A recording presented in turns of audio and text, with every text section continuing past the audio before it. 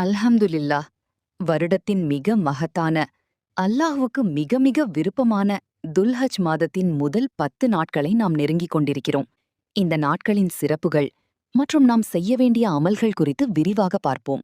அல்லாஹ் புனித குரானில் 10 இரவுகளின் மீது சத்தியமாக என்று அல்லாஹ் இந்த நாட்களை குறிப்பிட்டு சத்தியம் செய்கிறான்.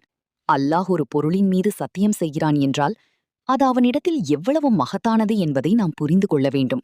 தொழுகை, நோன்பு, ஜகாத், ஹஜ் மற்றும் திக்ரு ஆகிய இஸ்லாத்தின் மிக முக்கியமான அனைத்து கடமைகளும் ஒன்றாக இணையக்கூடிய ஒரே காலம் இந்த 10 நாட்கள் மட்டும்தான்.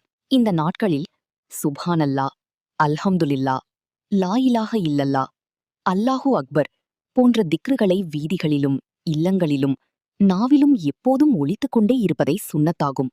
துல்ஹஜ் 9ஆம் நாள் நோன்பு நோற்பது கடந்த ஒரு வருடத்தின் பாவங்களையும் வரவிருக்கின்ற ஒரு வருடத்தின் பாவங்களையும் அழிக்கக்கூடிய மிகச் சிறந்த பரிகாரமாகும். துல்ஹஜ் 9ஆம் நாள் பஜ்ரு முதல் 13ஆம் நாள் அசர் வரை ஒவ்வொரு கடமையான தொழுகைக்கு பிறகும் தக்பீர் முழங்குவதும், வசதியுள்ளவர்கள் பெருநாள் அன்று அல்லாஹ்வின் பெயரால் குர்பானி கொடுப்பதும் மிக முக்கியமான கடமைகளாகும்.